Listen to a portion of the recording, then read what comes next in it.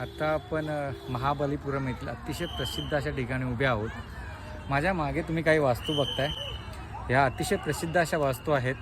यांना पंचरथम, पांडवांचे रथ किंवा 5 रथास म्हणतात. आणि यांचा समावेश जो आहे तो जागतिक वारसा स्थळांच्या यादीमध्ये झालेला आहे. हे जे रथ आहेत ते इसवी सन 6व्या ते 9व्या शतकामध्ये, म्हणजे आजपासून साधारणतः 1400 किंवा 1500 वर्षापूर्वी पल्लव राजवटीत तयार करण्यात आले. आणि हे जे रथ आहेत ते एकसंध दगडात कोरण्यात आलेले आहेत.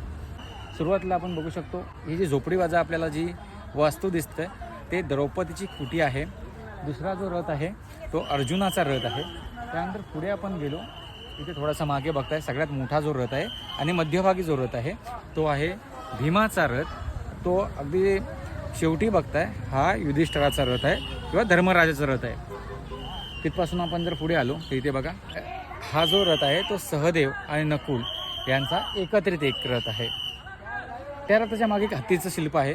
पुढे या ठिकाणी बघा तिथे एक सिंहाचं प्रतिमा कोरलेली दिसते. त्याचप्रमाणे द्रौपदी आणि अर्जुन यांच्या रथाच्या मध्ये एक नंदीची प्रतिमा आहे.